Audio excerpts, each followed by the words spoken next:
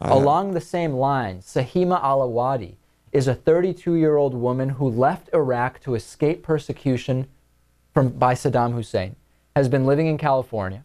She recently died. She was taken off life support after being brutally beaten by people who have not yet been caught, Lewis, outside of her home. A note was left on her saying, "Go back to your own country, you're a terrorist."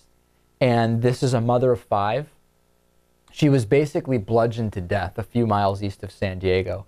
And this is, we're already starting to see really concerning comments, including from investigators, about whether or not this is a hate crime. The quote is, "Although we're exploring all aspects of the investigation, evidence thus far leads us to believe this is an isolated incident. A hate crime is one of the possibilities, and we'll be looking at it, but we don't want to focus on only one issue and miss something else." Fair enough. However, what does it mean if it's an isolated incident? Can it not be an isolated incident of hate crime? That's really my concern here. We're already starting to see some concerning equivocation about this from investigators. And, you know, this is clear xenophobia, racism. This is a woman who fled Saddam Hussein. This is a woman who presumably, regardless of her opinion of the war, realized that Saddam being out of power was a good thing. And she was bludgeoned to death in the United States. Well, how is this different from a lynching? How is it different? No different. Is there any difference, Natan, here? I mean, this is a go back to your country, you are a terrorist. This is her country. She has a 17-year-old daughter who was born here and lives here.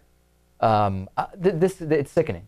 Yeah, and to your point before about people talking about Trayvon Martin smoking marijuana or doing graffiti as somehow blaming him for what happened to him, which is absurd. Yeah. It's kind of a similar thing. Oh, what's this person? I mean, it's the same type of attitude. Oh, this is a foreigner. What's she doing in this country? And somehow the crime is absolved. Right. All bets are off. Listen, if you are black or you're from Iraq, it's a whole, you have to act in a different way, because people will think that you're either a terrorist or committing a crime just because of that, two things over which you have no control. Of course, yeah. We know that. And some people openly admit that. And they're called the KKK or, white supremacist groups, what have you. Or these people.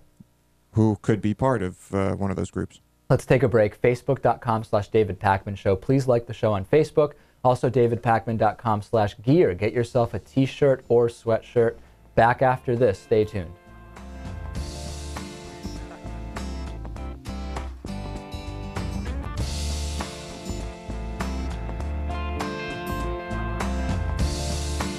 The David Pakman Show at DavidPakman.com.